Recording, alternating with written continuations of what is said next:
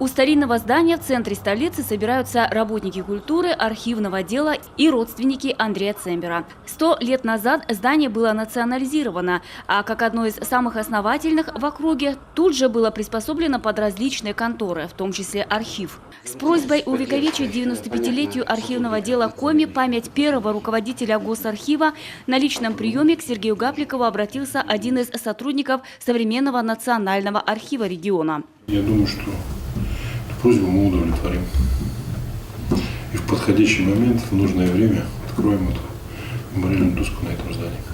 Когда-то для пополнения архива Андрей Цембер проводил большую работу по сбору архивных документов, предназначенных передаче на хранение в областной архив. В том числе вел переписку с подобными учреждениями Москвы, Вологды, Архангельска, Яринска о передаче документов, относящихся к истории Коми края. Это при нем у нас появились коллекции грамот и договоров 17-18 веков, документы о Сереговском соливарном заводе, копии указов Яринского духовного правления, столь бесценные для историков. Совершенно не случайно то, что именно в этот день, именно сегодня мы открываем мемориальную памятную доску в память об основателе архивного движения, архивной отрасли нашей республики Андрею Андреевичу Цемберу. Наша архивная отрасль сегодня представлена Национальным архивом республики, многими муниципальными республиканскими архивами. Андрей Цембер был увлечен не только архивным делом. В 2010 году прошлого века он составил русско-зырянский словарь. Затем издал первые коми-фольклорные сборники. По его же инициативе создано Усть-Сысольское отделение Архангельского общества по изучению русского севера. Положено начало коми-областному музею, для которого он собирал останки древних животных и предметы этнографического характера. Этот человек смог создать первую библиотеку. Этот человек смог создать первый музей. Этот человек открывал первый архив.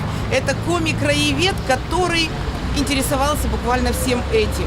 Ну, наверное, это такое событие один раз в жизни бывает. Ну, оно исполнилось замечательно. И хотя природный зырянин, как он сам себя называл, из Коми в итоге уехал, в 1936-м его обвинили в буржуазном национализме и грозили ссылкой. Даже проживая в Пятигорске, ученый с польско-шведскими корнями не терял связи с историками из родных мест. Переписывался, помогал им, давал советы. В 1949-м некоторые статьи и книги он даже передал в Государственную библиотеку имени Ленина в Москве. Информацию об этом тогда напечатала газета «Правда». А в 2009 году дневники корифея Коми краеведения оцифрованы сотрудниками Мичиганского университета США. Пожалуй, последний факт должен о многом говорить. Работы Цембера остаются ценным историческим источником. Анастасия Тюрина, Антон Ворожищев, телеканал